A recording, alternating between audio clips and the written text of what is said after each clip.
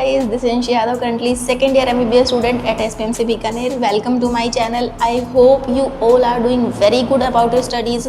I just hope you all are preparing well for a NEET. So actually ये वाला जो video मैं बना रही हूँ, this video is mainly for the class 11 students जो अभी class 12th में हुए हैं, मतलब जिन्होंने क्लास 11th कंप्लीट कर ली है और आपको टाइटल देख के समझ में आ गया होगा कि किस टॉपिक पे वीडियो है। तो ये जो वीडियो है ये एक्चुअली उन स्टूडेंट्स के लिए है जिन्होंने क्लास 11th में कुछ ज़्यादा ढंग से पढ़ाई नहीं की है और ज़्यादा अच्छे से एफर्ट्स नहीं डाले हैं नीट की प्रिपरेशन में।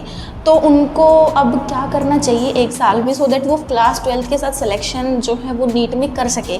अब देखो, आप सभी को पता है कि 11th पूरी जा चुकी है और आप सब ने, अगर जिसने भी मतलब 11th में ढंग से प्रिपरेशन नहीं की किसी भी कारण के वजह से, तो अब क्या है, आपके ऊपर बहुत सारा प्रेशर होता है, फैमिली का प्रेशर होता है, आपको खुद को अंडर कॉन्फिडेंट हो जाते हैं आप, और बहुत सारा प्रेशर आपके ऊपर होता है। तो अब रिग्रेट करने का तो कोई टाइम आपके पास बचा नहीं है। अब कैसे आप जो आने वाली आपके पास एक साल है 12th है उसको कैसे यूटिलाइज़ करें कि आप नीट जो है वो क्रैक कर ले along with your board exam देने के साथ साथ। तो देखो, मेन जो टारगेट है वो क्या है आपका, तो जो मेन टारगेट है आपका इस साल में वो क्या है कि आपको आपकी 12th कंप्लीट करनी है, प्लस आपको 11th को स्ट्रॉन्ग करना है, प्लस आपको बोर्ड भी देना है, उसमें भी टाइम जाता है, और नीट भी देना है। तो दिस इज़ योर टारगेट, ये आपको पूरा ख़त्म करना है। अब देखो, आपको 2 साल का सिलेबस अगर एक साल में करना है तो डेफिनेटली एफर्ट्स आपको ज़्यादा डालने पड़ेंगे। और अगर आपने सोच लिया है ना कि नीट क्रैक करना ही है तो this is not tough, but dedication चाहिएगी। लेकिन अगर आपने ये हो गया ना कि यार इट्स ओके, हो जाएगा, नहीं हुआ तो कोई नहीं, तो फिर आपका नीट नहीं होने वाला। आपको पता है कट ऑफ हर साल इंक्रीज़ हो रही है। 2022 में मैंने एग्ज़ाम दिया था, उसके बाद 23 में कट ऑफ इंक्रीज़ हुई, दैन 24 का पेपर जो है वो भी आपने देखा है, और उसमें भी कट ऑफ इंक्रीज़ होने के चांसेस बहुत ज़्यादा है, क्योंकि बहुत सारे स्टूडेंट्स के बहुत अच्छे मार्क्स आ रहे हैं, आप लोगों को पता है।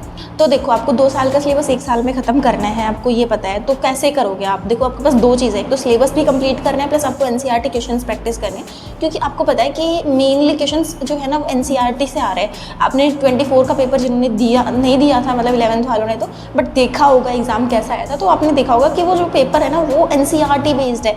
मतलब अब तो क्या है कि नीट वालों ने क्या कर दिया कि एनसीईआरटी की जो समरी है, पैराग्राफ्स है, कोई भी चीज़ एनसीईआरटी की ना, उसके पैराग्राफ से लाइन उठा के क्वेश्चन डाल रहे हैं। स्पेशली बायो में, केमिस्ट्री में तो हमेशा से होता है, फिजिक्स में भी उसके क्वेश्चन आने लग गए। तो आपको तीनों में, फिजिक्स, केमिस्ट्री एंड बायो, तीनों में आपको एनसीईआरटी पे फुल फोकस देना पड़ेगा अलोंग विद एक्स्ट्रा स्टफ जो आपको करते हैं।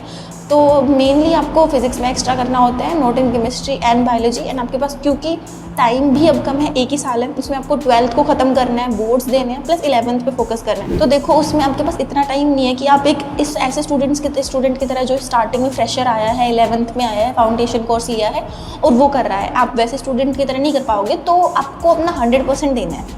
तो मैं आपको एक स्ट्रैटेजी बताती हूँ किस तरीके से आप आगे बढ़ सकते हो, वो मैं आपको बताती हूँ। तो देखो, क्या है कि आपको अपनी 11th और 12th दोनों खत्म करने हैं, तो आपको एक मंथली टारगेट बनाना पड़ेगा, प्लस ऐसे कि मतलब इस महीने से लेकर और इस महीने तक हमें मोस्टली चीज़ें कवर अप करनी है।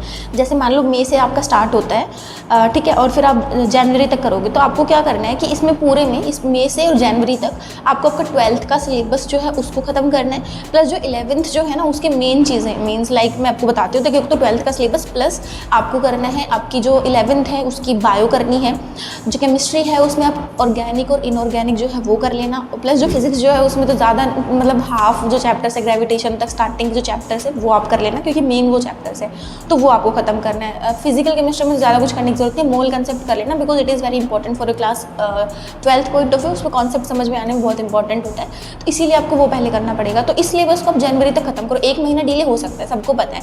आप बोलोगे कि नहीं यार दीदी की है ना 12th जो है ना पूरी खत्म नहीं हो पाती जनवरी तक, इट्स डिफिकल्ट, कहीं नहीं होता, बट 1 महीना डिले कर सकते हो आप। लेकिन जब आपका ये सिलेबस एक कंप्लीशन पे आ जाएगा ना, तो आपको खुद ही कॉन्फिडेंस आएगा और आप उसको कर लोगे अचीव। तो देखो, एक तो आपको क्या है ना अपना टारगेट फिक्स करना पड़ेगा, डेली का टारगेट बनाना पड़ेगा जो आपको कंप्लीट करना है। ऐसे नहीं होता है नीट में सिलेक्शन कि आपने सोच लिया कर लेंगे हो जाएगा, नथिंग। आपको क्या करना है, फिक्स मन में डिसाइड करना है, आपको रात को प्लान करके सोना, उठते ही लगना है, उसको एग्जीक्यूट करना है। देखो, बहुत टाइम आपने वेस्ट कर लिया है, प्लस इस टाइम ज़्यादा मेहनत कर लो, फिर आप थोड़ा टाइम एंजॉय कर लेना। लाइफ में ना हर चीज़ का टाइम हमें मिलता है, बट ये हमारे ऊपर है कि हम उसको किस तरीके से यूटिलाइज़ करें। That is very important for all of you.